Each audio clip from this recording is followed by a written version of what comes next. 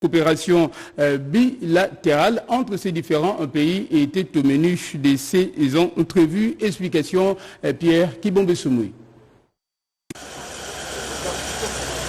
Un mini balai diplomatique ce jeudi 25 avril à la Cité de l'Union africaine où le président de la République Félix Antoine Tshisekedi Tshilombo a eu des entretiens tour à tour avec des ambassadeurs de Belgique, des États-Unis d'Amérique et de France. De la coopération militaire bilatérale entre la RDC et la Belgique, il en a été question au cours des échanges du chef de l'État avec Madame l'ambassadrice Roxane de Bilderling, qui a aussi fait le point de ses récentes missions qu'elle a menées au Nord Kivu et à Ituri. Nous avons parlé de façon plus générale de nos relations bilatérales, de la coopération qui est en cours et en particulier de la coopération militaire bilatérale qui est très importante, comme vous le savez. Le ministre de la Défense s'est rendu il y a quelques jours à Kindu, où la Belgique est en train de former une brigade réaction rapide, la 31e brigade réaction rapide. Et donc là, il y a une partie de la formation qui se terminait pour un bataillon et donc le ministre de la Défense s'est rendu sur place. Nous avons aussi échangé sur les perspectives de poursuivre cette coopération militaire. La situation sécuritaire et humanitaire préoccupante dans l'est de la RDC était aussi au menu de l'entretien que le président de la République a eu avec l'ambassadrice des États-Unis d'Amérique en RDC, Lucie Tamlin. Les États-Unis sont dans le premier plan des pays qui a répondu à la situation humanitaire avec l'assistance pour la population affectée. Et nous avons aussi été le tout premier pays de dénoncer l'agression rwandaise. On va continuer dans ce sens et nous essayons de vraiment trouver une solution pacifique. Avec l'ambassadeur de France, Bruno Aubert, il a été évoqué notamment la prochaine visite du président de la République Félix Antoine Tshisekedi Tshilombo à Paris. On parle inévitablement de la position, de la situation à l'est du pays. Vous connaissez notre position, on a vu plusieurs expressions publiques au Conseil de sécurité des Nations Unies, par la voix de nos autorités politiques aussi à Paris. Donc la situation qui est très grave à l'est, très grave pour les populations congolaise, sera au cœur des entretiens entre le président Tshisekedi et le président Macron. Donc nous avons bien évidemment évoqué ces sujets. Les trois diplomates ont exprimé la volonté de leurs pays respectifs de soutenir la RDC face à la situation sécuritaire et humanitaire dans l'est du pays et de concourir à une solution pacifique dans cette partie du territoire national. C'est déjà la saison des pluies un peu partout dans le pays. À Kalemi, par exemple, le lac Tanganyika est sorti de son lit. Ses eaux ont monté, provoquant une catastrophe pour les populations riveraines. Sous la menace, les populations ont dit donc abandonner leurs maisons totalement inondées. D'autres détails avec Mathias Makoulouvira. La situation devient de plus en plus alarmante à Kalemi dans la province du Tanganyika avec la montée vertigineuse des eaux du lac qui porte le nom de la province et de son exutoire, la rivière Lukuga. Depuis le début de la saison pluvieuse, le lac Tanganyika ne fait qu'avancer vers la terre ferme, dévastant systématiquement plusieurs maisons d'habitation, des écoles, églises et autres constructions du domaine public. Le niveau des eaux a galopé à une proportion inquiétante jusqu'à inonder le boulevard Lumumba, qui est l'artère principale et unique de la ville de Kalemi, en même temps un prolongement de la route nationale numéro 5. Ici, seuls les camions et jeeps y ont accès facile. En plein cœur de la ville de Kalemi, au milieu du mythique boulevard Lumumba, on aperçoit des pirogues, devenues des voies incontournables qui relient les deux rives de la ville. Pire encore, plusieurs écoles sont victimes de cette montée en pleine année scolaire, laissant plus de 30 000 élèves dans l'ensemble sans abri pour leur formation. En aller comme en retour sur le passage, chaque élève est obligé de payer 1000 francs congolais pour être transporté et à défaut faire les pieds sur une distance d'environ 150 mètres. En dépit des Kalemi, la situation reste similaire à Moba, un territoire riverain du lac Tanganyika situé à plus de 300 km au sud de la ville de Kalemi, où le quai d'accostage est complètement englouti dans les eaux, rendant ainsi difficile l'embarquement et le débarquement des personnes et des marchandises. Si à Kalemi, c'est le lac Tanganyika qui fait la fureur, le territoire de Moba et des Congolos, quant à eux, sont victimes de la montée et le débordement du fleuve Congo qui laisse plusieurs familles sans abri. Il s'y est de noter que l'inquiétude de tous les habitants riverains du lac Tanganyika et du fleuve Congo dans cette partie du pays s'accroît du jour au lendemain, étant donné que le mois d'avril finissant, celui de mai et de juillet sont réputés aussi dangereux pour la montée des eaux. Et dans le Kouilou, les ponts Kabangou jetés sur la rivière portant le même nom à l'entrée des chefs-lieux de Boulungu s'est effondré alors que les ouvriers finalisaient déjà les travaux de son érection. Pour l'heure, les techniciens de l'Office des routes sont à pied d'œuvre pour remettre cet ouvrage en état. On fait le point avec Joël Mwakila dans ce reportage. D'une capacité de 45 tonnes, du haut de ses 42,7 mètres de longueur et 6 mètres de largeur, le pont Kabangou de type matière, reliant la cité de Boulungu et la capitale Kinshasa, s'est affaissé, coupant ainsi Boulungu de la nationale numéro 1. Récemment jeté par l'office de route sur la rivière Nko, dans la province du Kouilou, cet ouvrage est dans son usage un outil économique dans les échanges commerciaux. Un incident qui arrive pendant que les ouvriers finalisent les travaux qui ont atteint un taux d'exécution estimé à 90%. Vu les difficultés qu'éprouvent les habitants pour évacuer leurs produits agricoles vers Kinshasa et d'autres centres de grande consommation, les techniciens de l'office de route sont à pied d'œuvre pour sa remise en état. Une équipe d'experts pour identifier les causes réelles de cet incident et pour y remédier rapidement est déjà sur place. Et à Kinshasa, les jeunes du quartier Joli Park dans la commune d'Ngalema s'y sont mobilisés pour entreprendre quelques travaux d'assainissement de leur quartier pour maintenir l'air mêlé et salive. On en parle dans ce reportage signé David Moubinga. La salubrité à Kinshasa ne cesse d'interpeller les bonnes consciences qui s'engagent ainsi à accompagner la vision du chef de l'État, Félix Antoine Tshisekedi, en cette matière. Voilà qui a poussé cet acteur politique, Maître Robert Badibanga, à mobiliser près de 300 jeunes et 40 femmes pour effectuer les travaux de curage des caniveaux et d'assainissement de l'environnement au quartier Joli Park dans la commune d'Ngaliema. Il leur a doté d'outils de travail et un salaire journalier pour permettre à ces jeunes de faire leur travail sur l'avenue Lédia, Ngouma et de la Paix. Maître Robert Badibanga a aussi initié les travaux de bétonnage de l'avenue Ngouma et le projet d'électrification de certaines avenues au quartier Joli Park. Là où se trouve un leader, il y a les jeunes qui accourent vers lui. Il appartient à lui de leur montrer le chemin du travail, le chemin de l'entrepreneuriat. Voilà pourquoi ces jeunes nous ont démontré qu'ils ont la force du travail. Nous devons avoir accompagné avec le maigre moyen que nous gagnons, c'est-à-dire les honoraires, avant de bétonner les routes, comme vous constatez, pouvoir mettre de l'éclairage public partout, construire des murs de soutènement, culer la rivière, faire des ponts. Nous le faisons naturellement sans rien attendre de retour parce que je crois que la nature chrétienne nous exige à faire le bien. Et le bien, c'est notre mode de vie en tant qu'enfant de Dieu. Actualité, les Fonds nationaux de réparation des victimes des violences sexuelles liées au conflit et autres crimes contre la paix a organisé un colloque sur la santé mentale des victimes. Reportage. Plusieurs décennies de guerre en RDC, les victimes gardent encore des blessures internes ou psychologiques inquiétantes. Dans les communautés touchées par ces conflits, plus d'une personne souffre de troubles mentaux pouvant aller de la dépression légère à des problèmes plus graves tels que les troubles de stress post-traumatiques. On peut citer également des cas de fistules, perte de membres et autres. Le Fonds national de réparation des victimes de violences sexuelles liées au conflit et des victimes des crimes contre la paix et la sécurité de l'humanité FONAREV, qui organise ces colloques sur la santé mentale des victimes, vise à renforcer la réponse aux problèmes liés au conflit et à faire en sorte que les victimes bénéficient d'un soutien social, psychologique, médical et autres.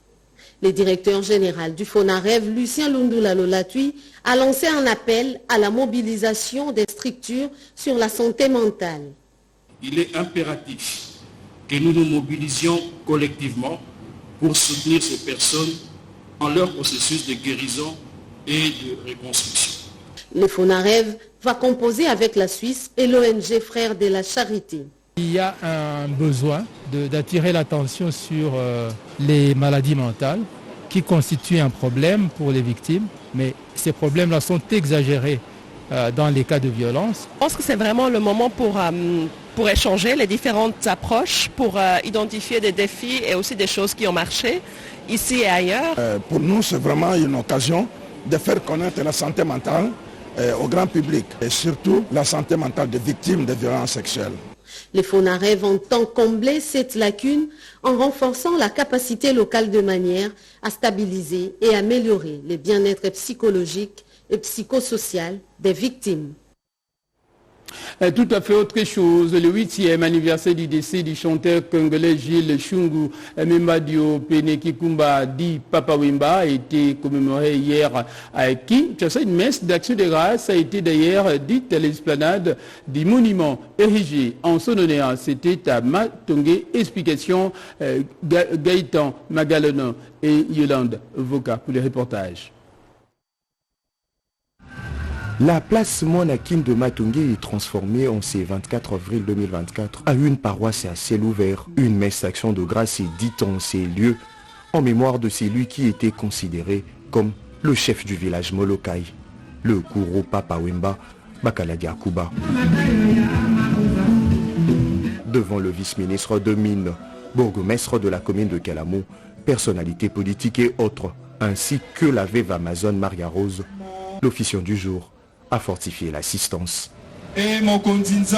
Ensuite, le mot de celui qui était l'ami de Papa Wemba, l'abbé Coco, qui dans ses habitudes a débuté son discours par une chanson.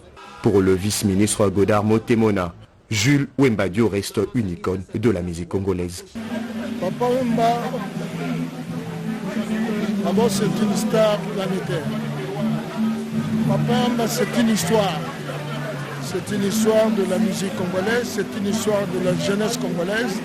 Papa Wemba, c'est un tout. Au chapitre de confidence, Jean-Marie Kassamba, président de l'UNPC Kinshasa, révèle sa dernière conversation avec le Kourou. La veille de sa mort, c'est-à-dire samedi soir, moi j'étais à New York, on a causé le samedi, c'est-à-dire dimanche matin, à 5h du matin, il est tombé, il est parti. Et j'ai toujours considéré que les stars ne meurent jamais. Mère Frenchen, cette dame connue de Matongé, dévoile dans ces quelques phrases un côté social de Papa Wemba. Na quartier Tolingue fort. Tozo matanga bwena tongwaye. Souci belle saison. L'Afrique a entonné. Ça me le pète amour. On va pays d'Asie. Juste après, le mot de bienvenue a été prononcé par le bourgmestre de Kalamo, Charlie Luboya. Le mot de circonstance Las Belbanakin par son secrétaire général. Ensuite, les dépôts de gerbes de fleurs devant le monument de Papa Wemba par Las Belbanakin conduite par son président Godard Motemona. Au chapitre de témoignage, le professeur Mandachebois, Constant Omari, Jadot le Cambonnier ont dit c'est lui qui a été Papa Wemba. Une projection d'un condensé des interviews de Papa Wemba et l'exhibition de sa paire a clôturé la rencontre de Matongé. 24 avril 1990, 24 avril 2024, cela fait exactement 34 ans, jour pour jour, depuis qu'il fait président Mobutu Sese Seko Kuku-Ngbendu wa Zabanga a prononcé un discours dans lequel il annonçait la fin du mouvement populaire de révolution parti-État, MPR, et l'ouverture au multipartisme. L'acteur politique Freddy Kita revient sur les retombées de cet événement. On en parle dans ce reportage signé Cédric Kedina. D'abord, nous saluons cet esprit d'ouverture du maréchal Mobutu quand il avait compris qu'il fallait démocratiser les pays, et il a fait. D'abord, il a sillonné les pays, nous avons tout suivi pour le référendum populaire. Les peuples que nous étions à l'époque s'étaient manifestés en faveur de la démocratie, en faveur des multipartismes. Et au jour d'aujourd'hui, nous voyons comment le pays évolue, crescendo, malgré les difficultés que nous connaissons, mais nous allons lentement, mais avec beaucoup d'assurance, et j'espère que ce genre de démocratie ne va pas nous fragiliser, va plutôt contribuer à l'épanouissement, au développement social et économique de notre beau pays. J'ai cette chance-là de sillonner le monde, parce que n'oubliez pas que je suis d'abord à une conférence internationale, et puis expert aussi en matière électorale. J'ai constaté que nous sommes très avancés par rapport à d'autres pays sur le plan démocratique. Il faut seulement essayer un peu d'enseigner la classe politique, la population congolaise, qu'est-ce qu'est la démocratie. On en a besoin. Parce que des fois, cette leçon démocratique est très mal comprise vis-à-vis des acteurs politiques. C'est pourquoi je lance aussi un appel à ceux-là qui sèment la confusion à l'Est, à tous ces groupes armés, de cesser ce qu'ils sont en train de faire. Le pays mérite mieux. Nous n'avons pas besoin de rébellions, nous n'avons pas besoin de tout cet être-là que nous vivons, nous n'avons pas besoin de bruit des armes pour que le pays se développe. Ces propos recueillis dans le reste de l'actualité, des retours dans les sites Kivu après un séjour de travail à Kinshasa, l'élu de Chabunda, Emile Soumaïli Miseka, a organisé une matinée d'échange et de sensibilisation de la population de Bukavu sur la paix et l'unité en vue du développement socio-économique de cette province. Un reportage.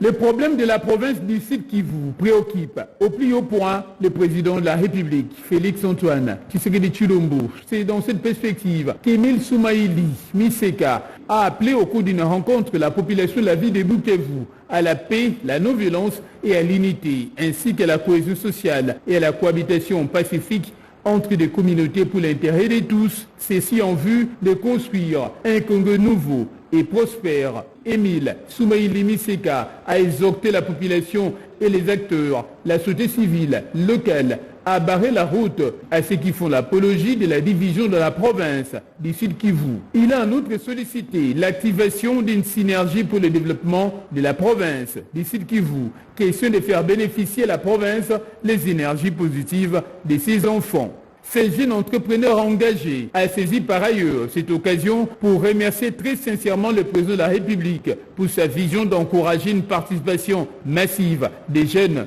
au sein des institutions et instances de prise de décision pour un renouvellement de la classe politique du pays. Ce dialogue social a été organisé dans le souci d'écouter les préoccupations de la population de cette partie du pays.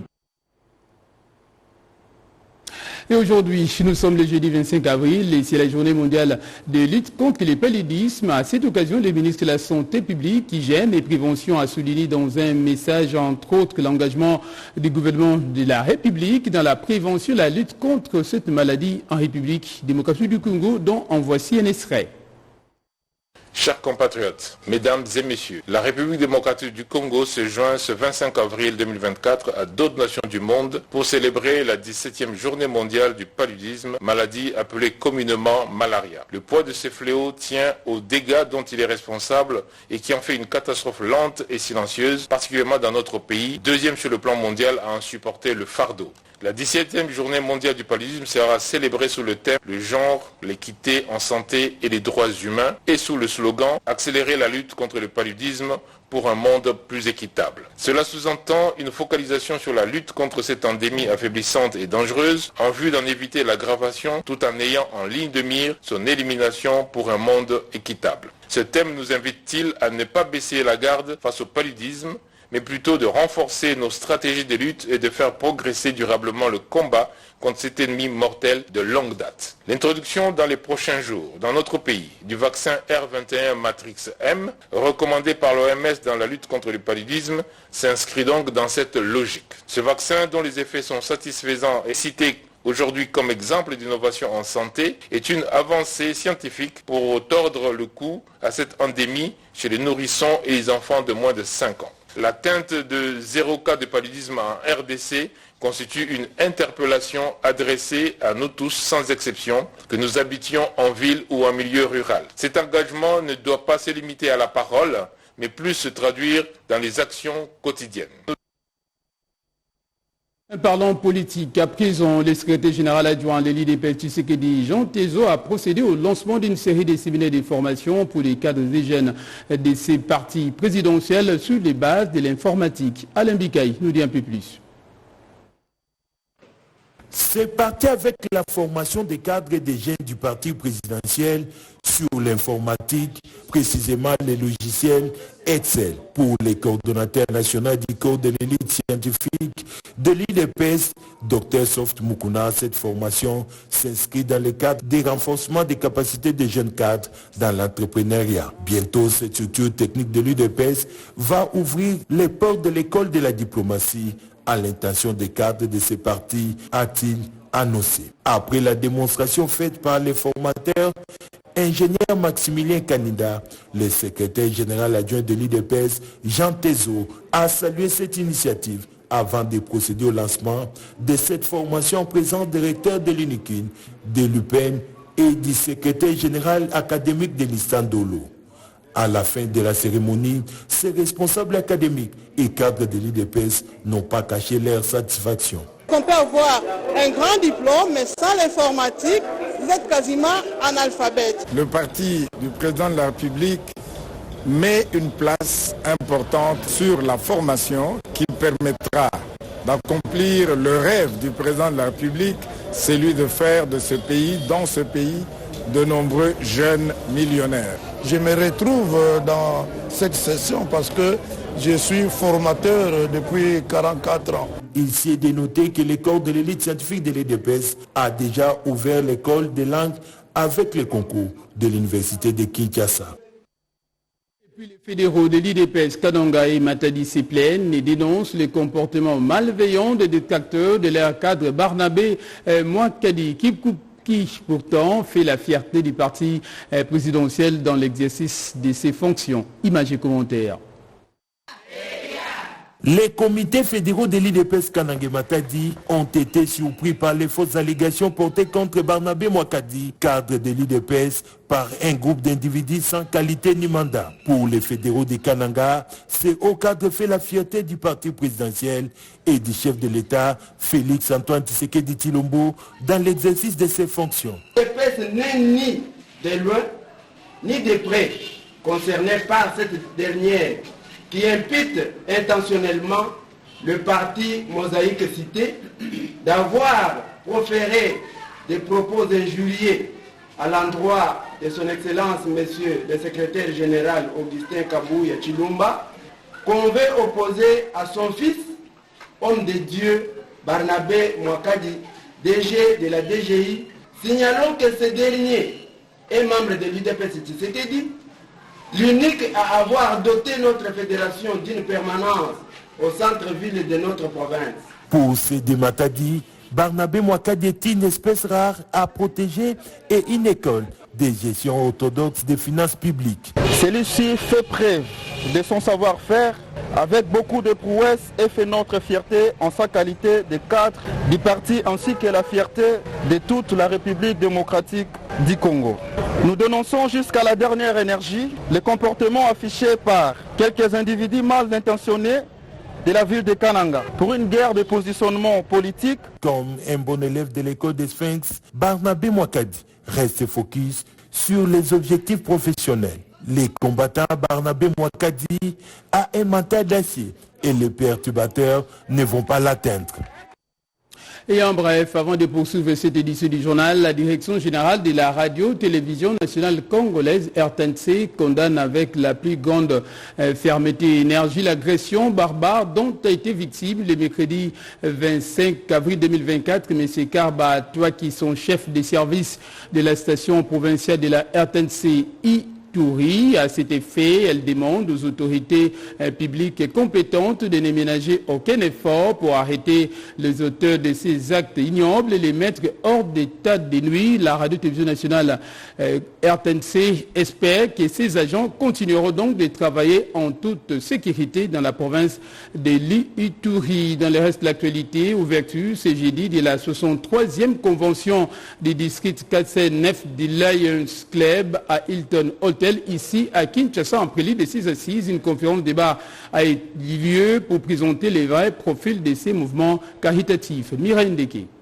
C'est une conférence débat qui intervient à la veille de la 63e convention du Lions Club International, district 409 regroupant la RDC, le Burundi et le Rwanda. Opportunité d'éclairer la lanterne de l'opinion sur les objectifs poursuivis par ce mouvement caritatif au service des populations dans le monde. En présence d'une brochette des dirigeants de cette association, le maître Vincent Gomez, l'ancien vice-président du Burundi, membre du Lions Club, les Parcs district gouverneurs, PDG venus de partout, les Lions et Ami Léo, ainsi que les étudiants, l'assistance a eu droit à une intervention magistrale du professeur Toussaint Chilombo Send autour de la thématique « L'impact du lionisme dans la société africaine, origine et motivation ». Ceux qui ont commencé les mouvements, ce sont les personnes qui au départ ont des moyens, parce que vous ne pouvez servir que lorsque vous avez quelque chose à donner.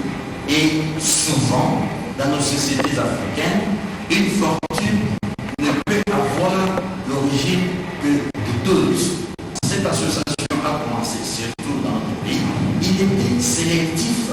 C'est peut-être cette sélection-là qui a fait que les interprétations sont allées dans plusieurs sens. Il s'en est suivi d'un débat houleux sans tabou afin d'élaguer surtout la prétendue face mystique taxée à cette association internationale qui pourtant, grâce à ses actions caritatives, permettent de relever les défis auxquels le monde actuel est confronté. Nous disons chez nous, comme Lyon, là où il y a un besoin se trouvent des lions.